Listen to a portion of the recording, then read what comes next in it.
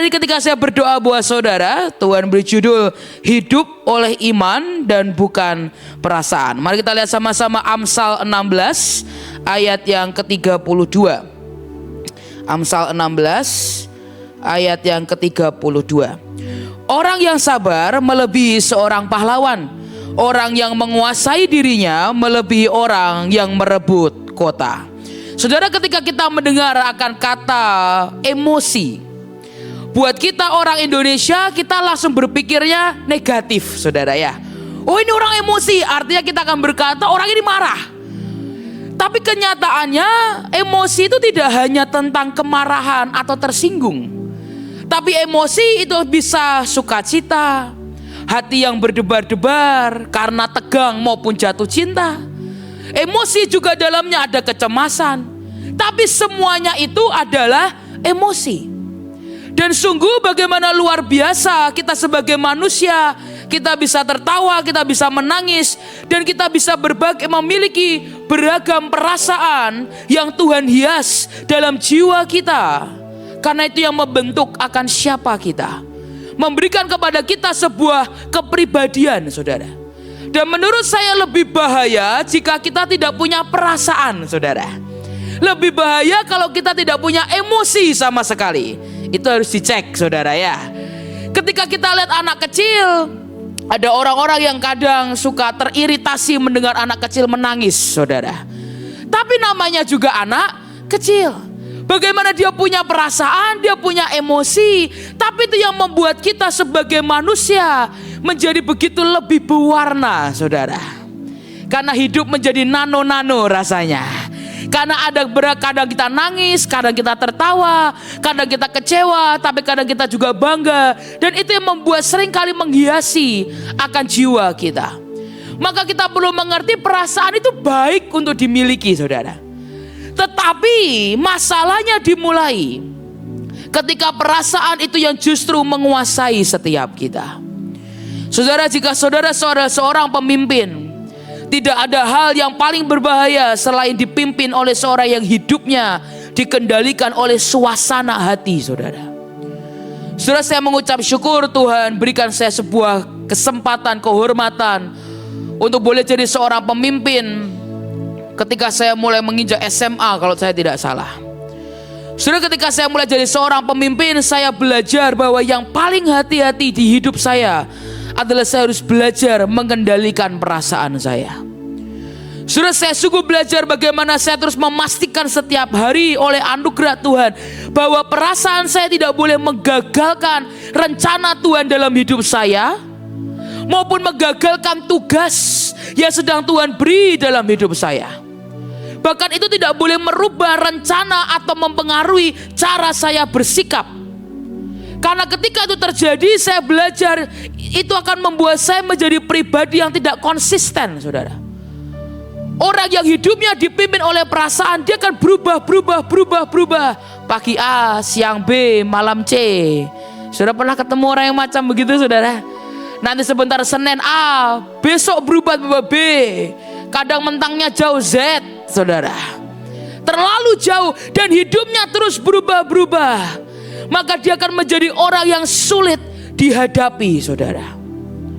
Saudara, saya diajari Tuhan kalau seorang yang berada dalam posisi kepemimpinan dan orang itu mudah berubah, atau orang yang terbiasa membiarkan perasaan yang memimpin akan hidupnya, itu sebenarnya membuat orang di sekitarnya ikut menanggung akibatnya. Kalau saudara ingat kisah seorang yang bernama Saul, dia seorang pemimpin yang dikendalikan oleh perasaannya. Kita mengerti ya, saudara ya. Dia dikendalikan oleh perasaannya, dia dikendalikan oleh validasi, dia dikendalikan oleh karena dia ingin mencari perkenanan akan manusia. Maka itu yang membuat hidupnya berubah. Dan itu membuat orang-orang di sekitarnya menjadi sangat letih. Dan dalam keletihan itulah mereka cari orang yang bisa main harpa, yang bisa merubah suasana di istana. Sebab hidup di bawah kepemimpinan orang seperti Saul itu tidak mudah. Makanya mereka pikir, sudahlah ini kalau bos saya begini terus saya cari pemain musik aja. Saya cari yang bisa memainkan, mendatangkan hadirat Tuhan, meredakan emosinya. Dan dia cari seorang yang bernama siapa? Daud. Daud itu dipanggil untuk apa, saudara? Menenangkan hatinya. Sebab hidup dalam bawah kepemimpinan yang seperti itu tidak mudah, saudara. Dan itu yang membuat pada akhirnya ketika saya jadi seorang pemimpin, bahkan dalam lingkup kecil, saya berkata, ya Tuhan. Dan saya berkata mulai itu saya akan berusaha, meskipun sulit, saudara, tidak mengambil keputusan saat emosi. Dan itu sulitkah? Sulit, saudara. Karena terkadang di saat itulah, waktu emosi memuncak itulah, kita akan ambil sebuah keputusan. Tapi ketika itu Tuhan ajari dalam hidup saya, dia berkata, nak, engkau tidak bisa mengambil keputusan dalam hidupmu berdasarkan karena perasaanmu, berdasarkan karena emosi yang kau punya. Saudara, bahkan jika hari ini saudara bukan seorang pemimpin, bukankah setiap hari dalam hidup kita selalu mengambil keputusan? Hari ini pelayanan atau tidak? Hari ini pergi ke gereja atau tidak? Hari ini baca Alkitab atau tidak? Belum mengambil keputusan yang lain. Tapi satu hal saya mau berkata demi kasih Tuhan, jangan memutuskan berdasarkan emosi, perasaan, apalagi mood, saudara. Terutama para seniman-seniman di tempat ini, yang mood kita suka berubah sewaktu-waktu. Karena percayalah, kalau kita membiarkan emosi yang memutuskan, percaya tidak percaya, itu hanya akan membawa kepada kekacauan, saudara. Sebab Alkitab jelas berkata di Amsal 25 ayat yang ke-28, orang yang tidak dapat mengendalikan diri adalah seperti kota yang roboh temboknya. Saudara, yang roboh itu temboknya. Orang yang dikuasai oleh emosinya, orang yang membiarkan emosi yang memimpin, adalah seperti orang yang tidak punya perlindungan, saudara. Tembok itu ada untuk melindungi. Dan ketika itu roboh, maka siapapun bisa masuk, siapapun bisa melukai, siapapun bisa mempengaruhi dan menciptakan drama dalam hidup setiap kita. Maka keputusan yang lahir dari emosi tidak akan pernah menghasilkan kehendak Tuhan. Itulah kenapa kacau semuanya. Saudara, kemarin ada orang tanya kepada saya, dan dia bicara dan dia bilang ke saya ini merasa saya dapat suara Tuhan, dan Tuhan suruh saya lakukan A. Tapi kenyataannya kemudian hasilnya tidak baik, saudara. Dan dia berkata, saya mulai diintimidasi oleh begitu banyak orang. Dan orang mulai berkata, itu bukan suara Tuhan, kamu itu halu namanya, katanya. Kamu itu cuma halusinasi, itu cuma dengar-dengaran, katanya. Itu bukan suara Tuhan. Dan dia berkata, terus aku suruh bagaimana, suara itu terus datang. Dan saya bilang begini loh, yang dengarkan kamu, betul. Yang salah kan kamu, betul. Yang nanggung akibatnya siapa? Saya, katanya. Ya sudah, kenapa dengerin omongan orang, saya bilang. Dia bilang, loh tapi kan omongan betul kan, loh ya memang betul, saya bilang. Dan dia tanya, lah kamu pernah salah dengar suara Tuhan? Sering, saya bilang. Loh kok bisa? Ya bisa. Terus bagaimana? Ya tanggung akibatnya. Saudara, suatu hari saya pernah mendengarkan suara Tuhan, dan saya tahu, saudara, ya, itu berdasarkan emosi saya. Saudara, suatu hari saya dalam kondisi marah, dalam kondisi emosi. Saudara tahu orang pragmatis itu kalau emosi dipendam, saudara. Tapi itu hanya seperti menjadi bom waktu, di mana tiba-tiba itu akan meledak dengan sendirinya. Dan hari itu saya lagi emosi, saya lagi marah oleh suatu hal, dan itu sudah seperti bom waktu, meledaklah sudah, saudara. Begitu tuh meledak, saya ambil keputusan. Saya bilang, saya mau pergi pelayanan, kedoknya pelayanan, saudara. Tapi sebenarnya di dalam saya mau pergi karena saya marah. Dan hari itu ada orang tanya ke saya, kamu dengar suara Tuhan? Ya, saya dengar suara Tuhan. Tuhan minta saya pergi ke sana. Perginya nggak main-main, ke Eropa, saudara. Pergi yang jauh sekalian, saudara. Kota mana? Nggak tahu. Saya buka map, saya cari sembarangan, saudara. Ini ke tempat ini. Saya mau pergi ke sini. Di situ ada apa? Nggak tahu. Pokoknya saya mau pergi ke sini. Tapi itu karena apa? Kemarahan, saudara. Saudara, dan hari itu begitu saya berangkat ke sana, saya sungguh-sungguh berangkat loh, saudara. Saya sungguh-sungguh berangkat ke sana dengan keadaan marah, saudara bayangkan. Dan hari itu, di hari pertama, Tuhan hajar saya habis-habisan, saudara. Saudara, begitu saya tuh cuma dengar katanya di sana itu anginnya cuma semriwing, saudara tahu semriwing, cuma sepoi-sepoi aja. Belum winter, belum, saudara. Cuma sepoi-sepoi. Begitu saya sampai di sana, badai salju, saudara. Jaket yang saya pakai tipis, saudara. Lemak saya memang tebal, tapi tetap, saudara,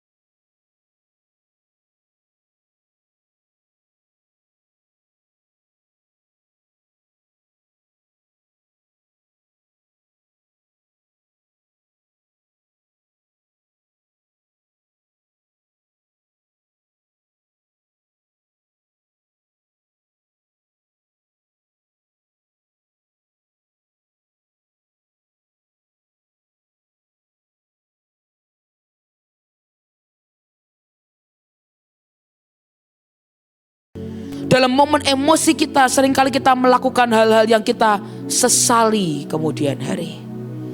Karena kadang ketika panasnya emosi, perasaan kita sering dipicu oleh hal-hal yang sebenarnya gak ada hubungan dengan orang yang kita hadapi. Saya kasih contoh saudara. Misalnya, saudara bikin roti di oven, gosong saudara. Coklat bener. Itu kan bukan salah siapa-siapa kan saudara. Seringkali salah siapa? Kita.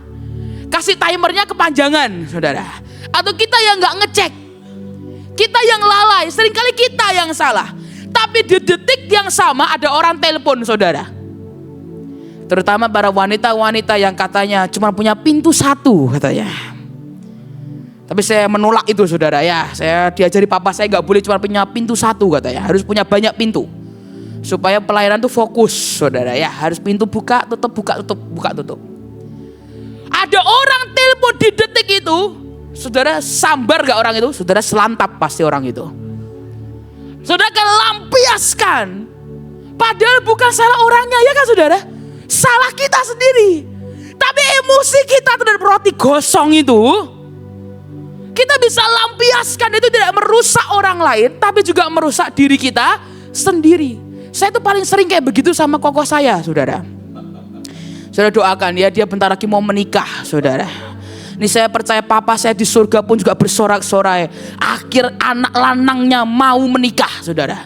Dan itu sebuah komitmen yang luar biasa. Jadi tolong doakan, terutama untuk calon istrinya saudara ya. Itu juga harus didoakan banyak-banyak saudara. Saya sebagai yang menjodohkan juga doa banyak-banyak. Merasa sedikit bertanggung jawab saudara. Jadi harus didoakan saudara ya.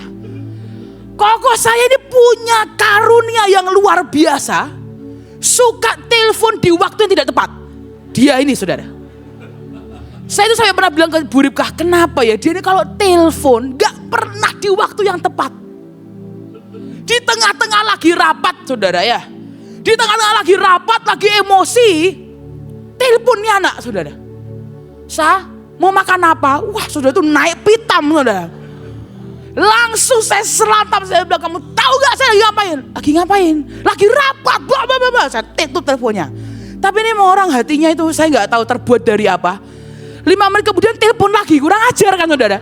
Itu kan mancing emosi namanya. Saya berkali-kali saya bilang gini, kok boleh gak mau telepon tuh chat dulu. Loh aku sudah ngechat kok, WA gak mau buka. Kalau gak dibuka artinya orangnya sibuk. Jangan malah buat telepon. Ayo tapi kan urgent. Makan apa itu gak urgent saya bilang. Kita mau makan apa itu gak urgent, mikir dewe saya bilang. Gak usah telepon, ya sudah saya minta maaf. Tapi itu sering terjadi saudara. Suatu hari di rumah saudara ya, hari ini Ruth tidak ikut minta di rumah saudara. Karena ada banyak teman-temannya lagi nginep rumah. Suatu hari Ruth lagi namanya anak, ada fase tantrum kan saudara. Nangis, teriak-teriak, wah. Bersama saya lagi masak tengah-tengah saudara. Bersama lagi masak, Ruthnya teriak-teriak, tantrum, rumah kan chaos kan saudara. Saya bilang ini masakan kok juga rasa kok gak enak banget. Saya lagi frustasi dengan masakan saya. Sebelah sini dengerin anak teriak tantrum.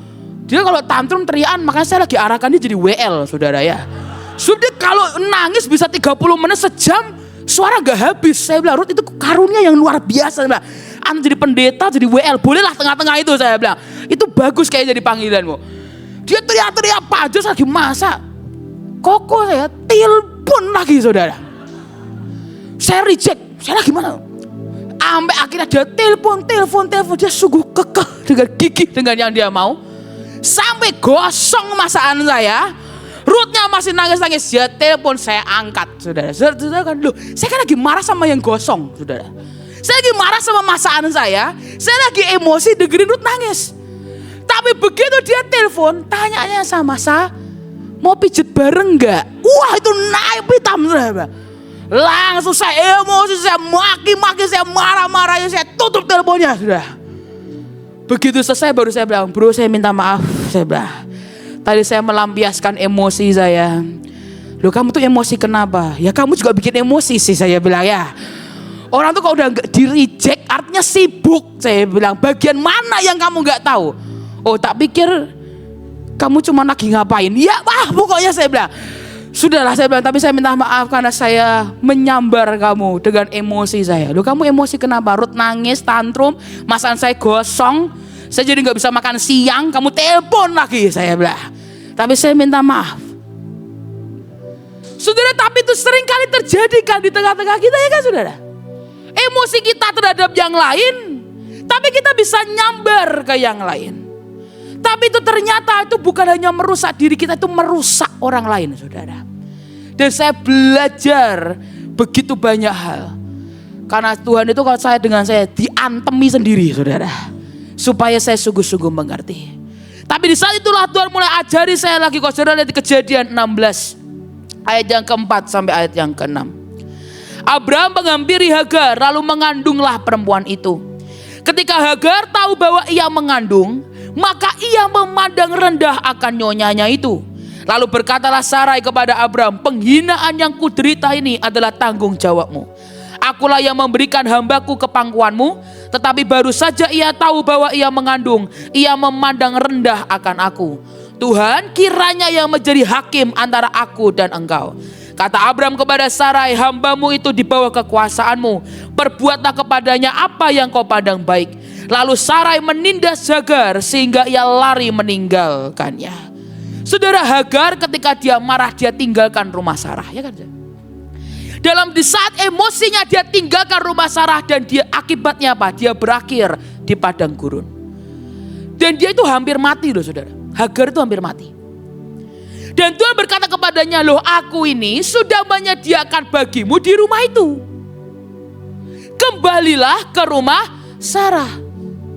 Tapi kalau kita perhatikan Hagar ini sebenarnya gak punya alasan untuk marah. Kenapa? Dia yang mulai.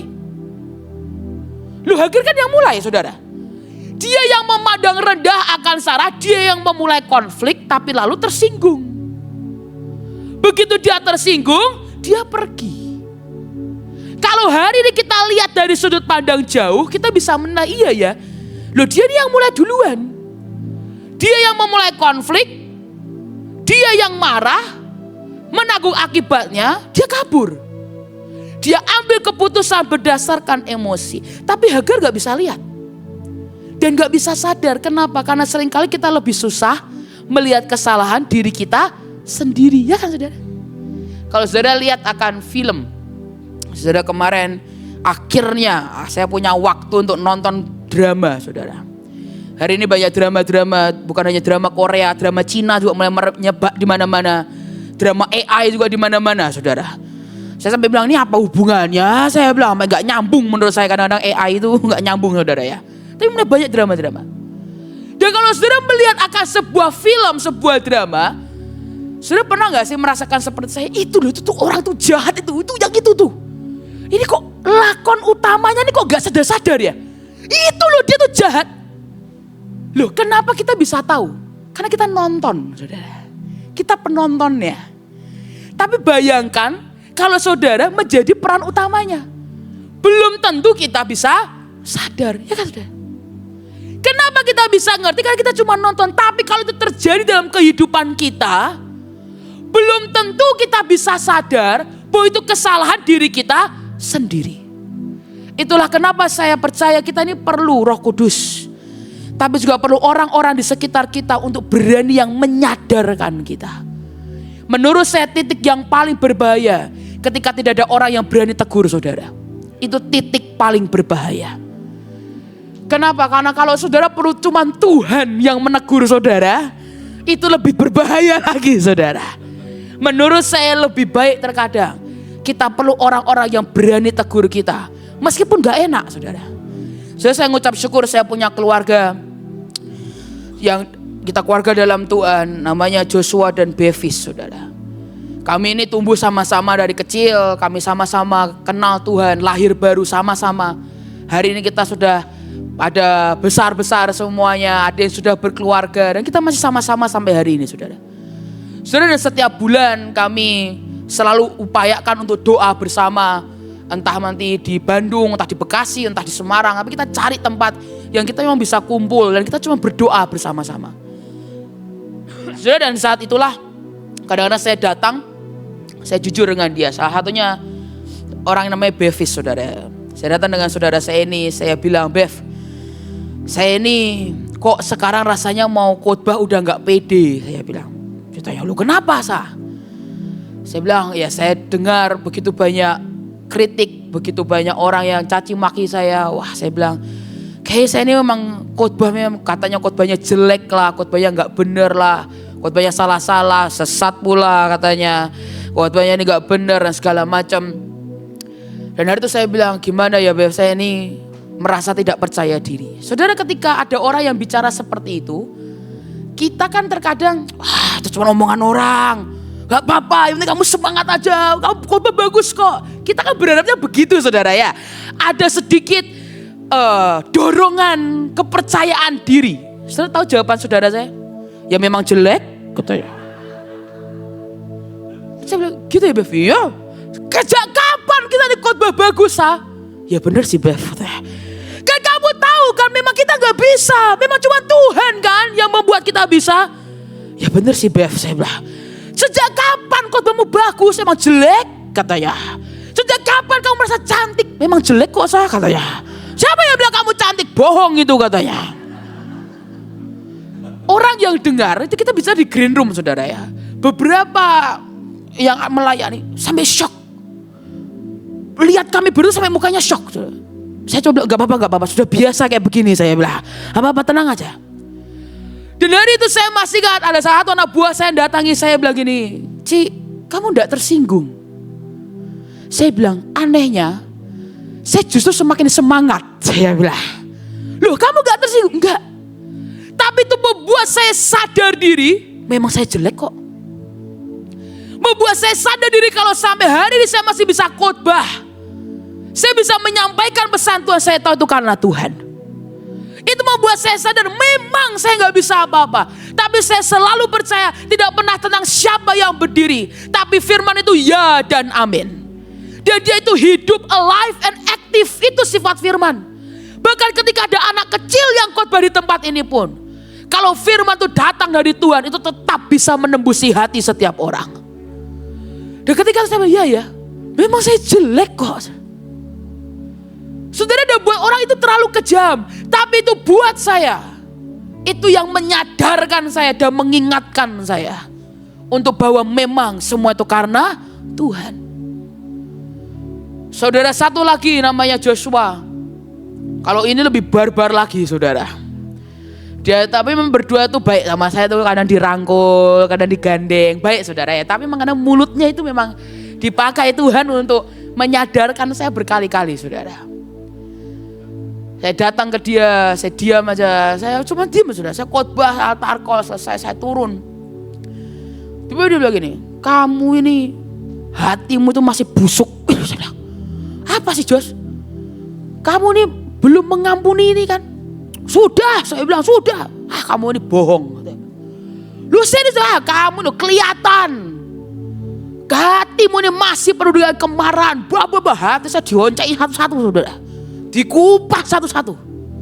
Akhirnya saya cuma diam. Iya benar saya bilang. Iya benar Jos.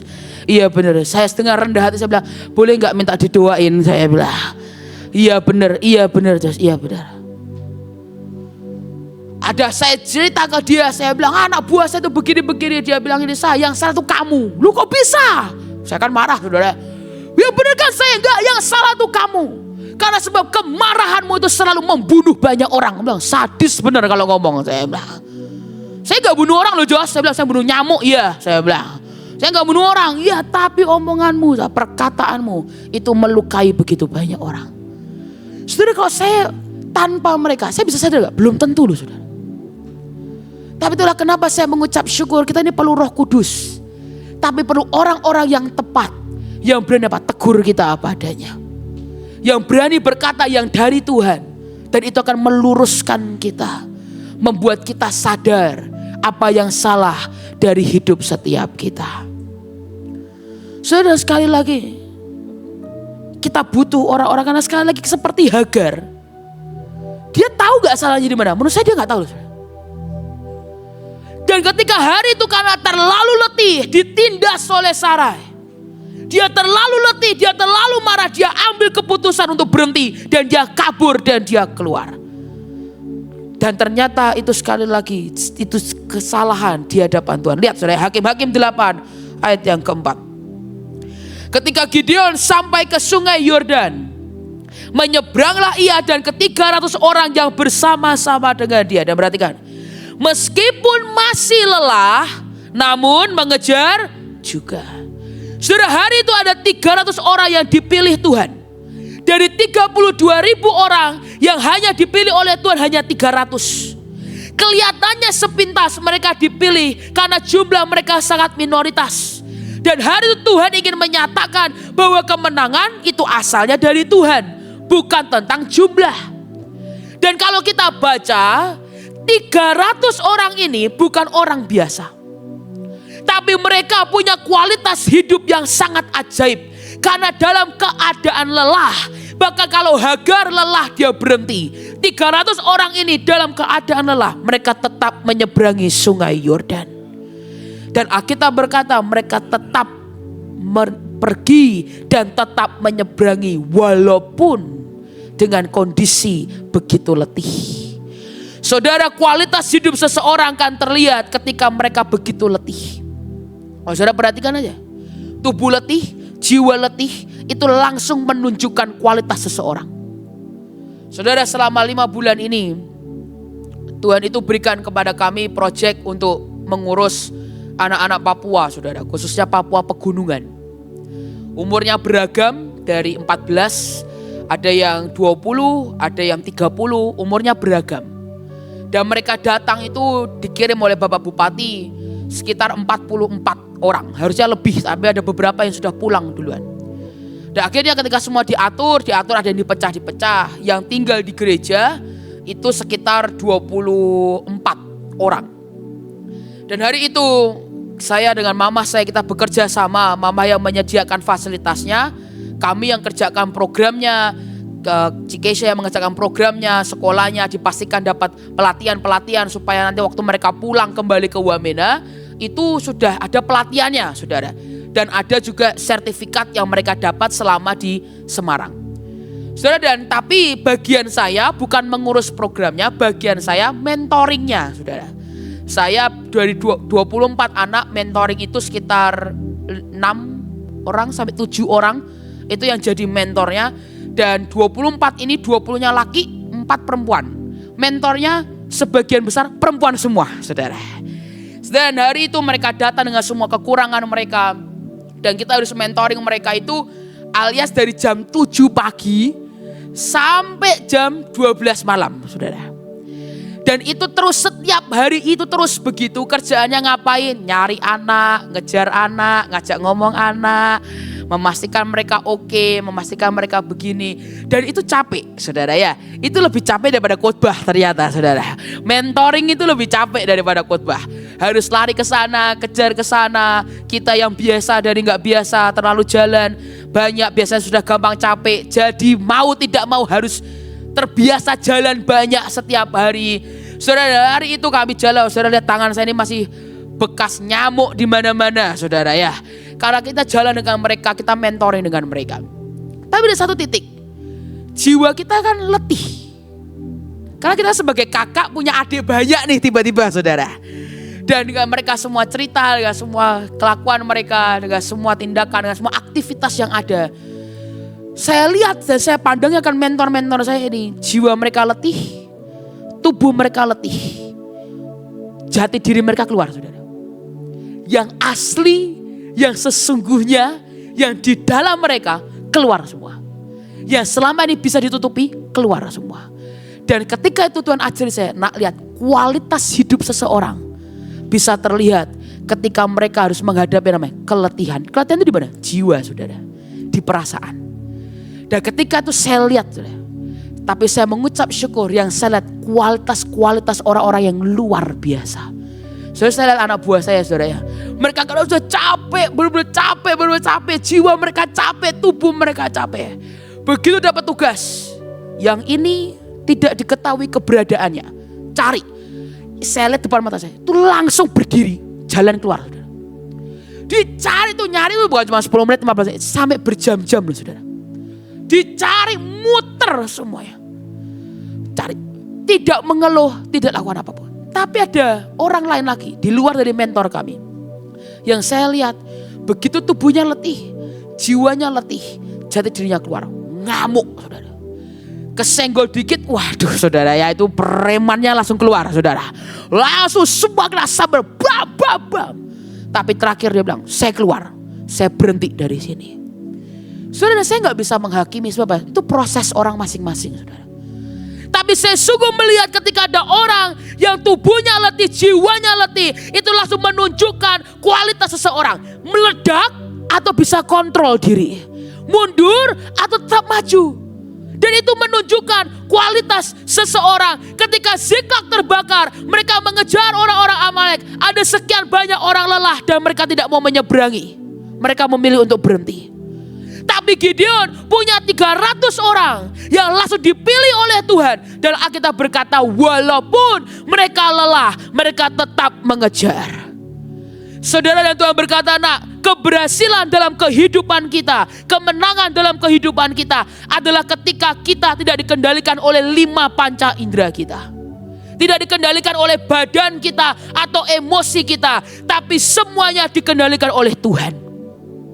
Engkau fokus dengan visi Tuhan. Engkau fokus kepada apa yang kita yakini yang berasal dari Tuhan. Dan itu yang membuat orang punya kekuatan ekstra melebihi orang lain saudara.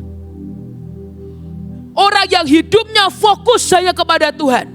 Dia berkata, Tuhan aku capek, aku letih. Tapi aku tahu ada tugas Tuhan di depan. Aku tahu visi Tuhan, aku tahu hati Tuhan. Itu yang membuat orang-orang itu punya kekuatan ekstra. Lebih dari orang lain saudara. Kenapa? Hidupnya tidak dikendalikan oleh perasaan. Hidupnya tidak dikendalikan oleh kondisi. Hidupnya tidak dikendalikan oleh emosi. Tapi bahkan ketika dia harus melewati sungai Yordan, dia lewati saudara. Walaupun di tengah-tengah keletihan. Saudara saya bukan berarti berkata, oh berarti kalau letih gak boleh istirahat. Boleh saudara. Tapi ada orang-orang yang sengaja menggunakan kata letih untuk berhenti dari semuanya.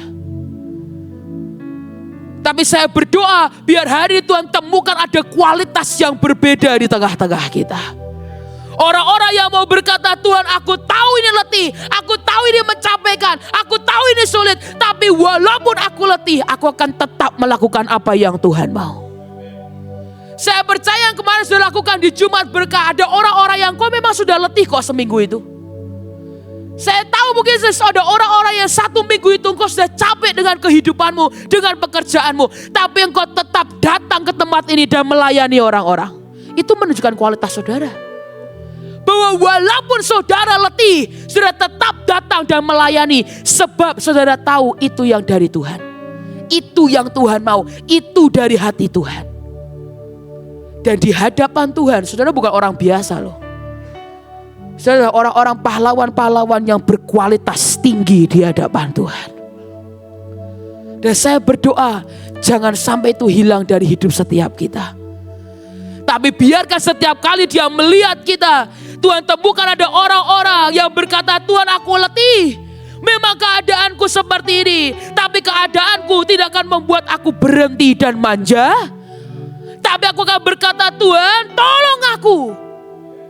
Aku letih, aku capek, ada banyak hal yang aku harus kerjakan. Tapi jangan kurangi bebanku, tambahkan kekuatanku.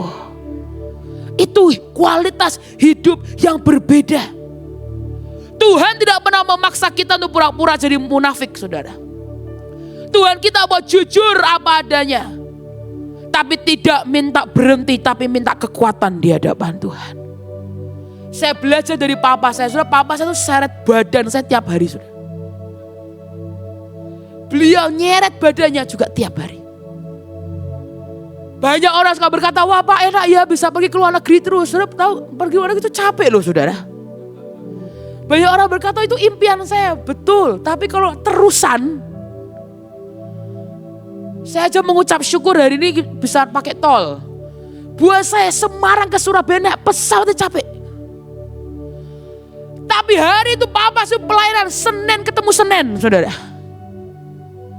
Setiap hari khotbah, pindah-pindah kota, ketemu keluarga cuma sekali 2 kali. Kadang saya ketemu beliau di mimbar. Oh bapakku sudah pulang. Baru saya tahu, saudara. Baru saya tahu. Kenapa saya gak pernah tahu?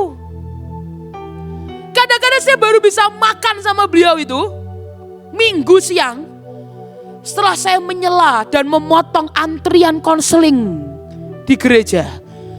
Saya bilang, punten maaf Bapak Ibu, gantian anaknya yang perlu konseling. Sudah lama gak makan sama bapak saya sendiri. Lanjut konselingnya mungkin minggu depan atau 2 minggu lagi ya. Besok lah coba kalau ada. Tapi biarkan papa saya makan dulu, saya bawa duduk baru bisa makan. Dan apakah sudah pikir itu yang beliau mau? Enggak. Sudah saya cukup mengenal, beliau itu lebih suka rumah dibandingkan tidur di hotel. Kok tahu ya, saya juga begitu soalnya saudara ya. Lebih enak di rumah. Beliau itu suka nonton di bioskop. Tapi untuk nonton tidak terlambat, harus lewat pintu belakang. Sebab kalau masuk ke mall, 5 langkah berhenti. Sudah kayak Daud, sudah 6 langkah berhenti berdoa, 6 langkah berhenti. Beliau 5 langkah, Pak Shalom. Saya bilang, Pi, ini terlambat filmnya, saya bilang. Beli popcorn pun gak bisa, saya bilang. Dia sudah pikir beliau mau, gak mau. Saya lihat beliau capek berkali-kali pulang, muka capek sekali. Bu Rip kan lebih jadi saksi dibandingkan saya. Beliau yang ikut papa saya kemana-mana. Muka begitu letih, begitu, tapi tetap tidak pernah kosongkan semua jadwal. Saya mau tidur, gak pernah. Ada hari-hari di Semarang, saya masih nakal kok, saya gak ngantor saudara, yang ngantor di rumah. Beliau tetap pergi ke gereja, ngantor saudara. Dan saya berapa? Kan capek. Gak enak kan Pak, gak enak. Tapi apa yang membuat Papa terus jalan? Beliau berkata, nak, kalau Papa tahu itu yang dari Tuhan. Itu hati Tuhan. Itu yang Tuhan mau dalam hidup Papa. Melayani orang-orang, saudara, saya minta maaf ya. Melayani orang-orang itu gak mudah loh saudara. Sungguh. Saya jalani sendiri. Sudah 7-8 tahun. Saudara, melayani kan kadang kita pikir kita dapat ucapan terima kasih. Gak selalu saudara.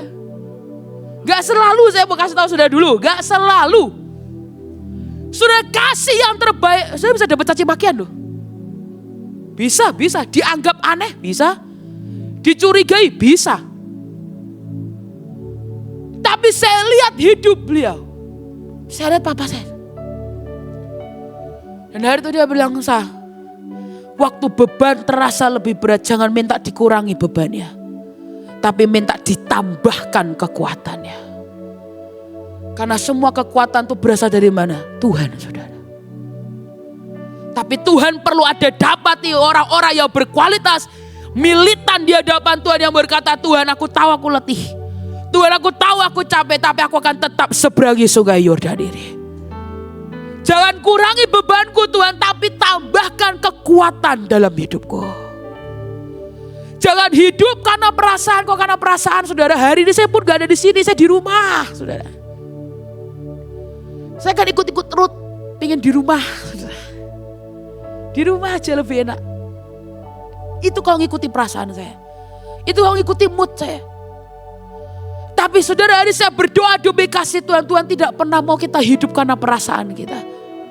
Tapi hidup karena iman, karena percaya kita kepada Tuhan.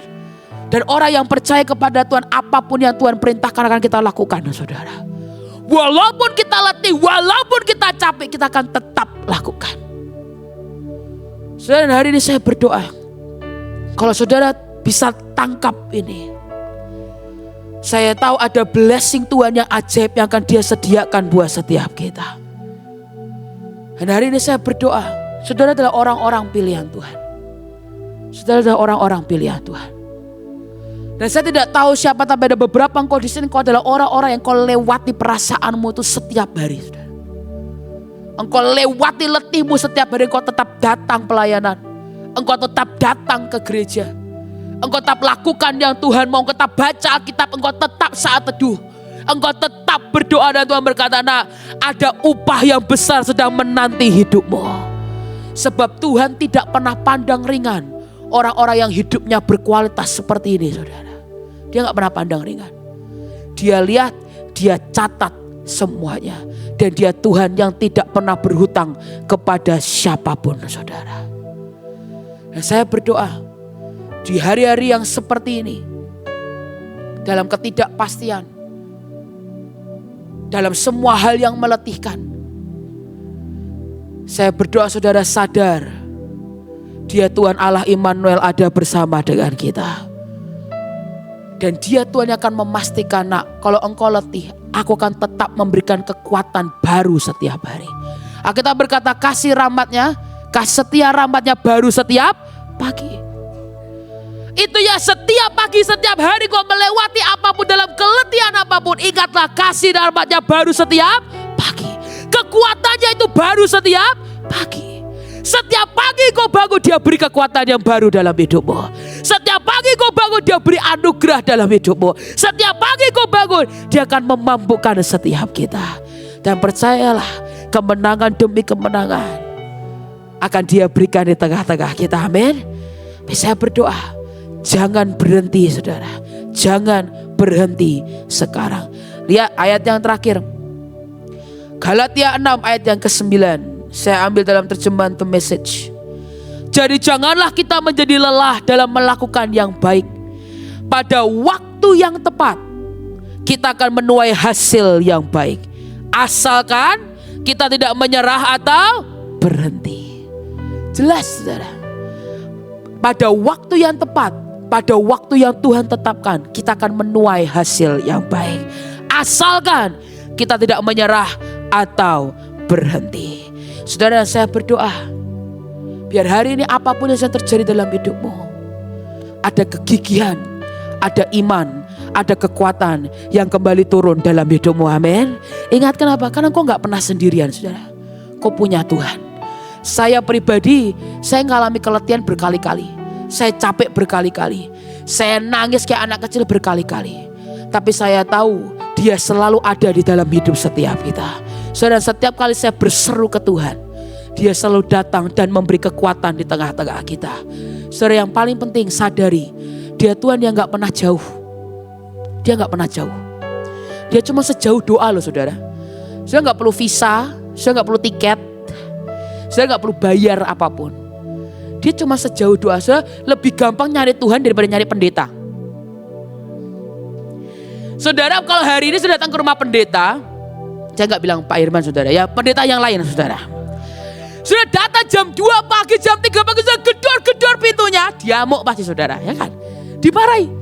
Tapi kalau sudah datang ke Tuhan jam 2 pagi, jam 3 pagi, sudah gedor-gedor pintunya, dia berkata siapapun yang mengetuk pintu akan dibukakan baginya, betul? Dia Tuhan yang sudah cari kapanpun dan dimanapun, dia Tuhan yang mau ditemui oleh saudara. Kenapa? Dia gak pernah jauh, dia dekat, dia dekat. Dan kalau Tuhan jalan dengan saudara, ada kekuatan yang ilahi yang akan mengalir dalam hidupmu. Dan apapun tantangan di depan, percayalah, selama kau hadapi dengan Tuhan, kemenangan pasti menjadi bagianmu. Amin.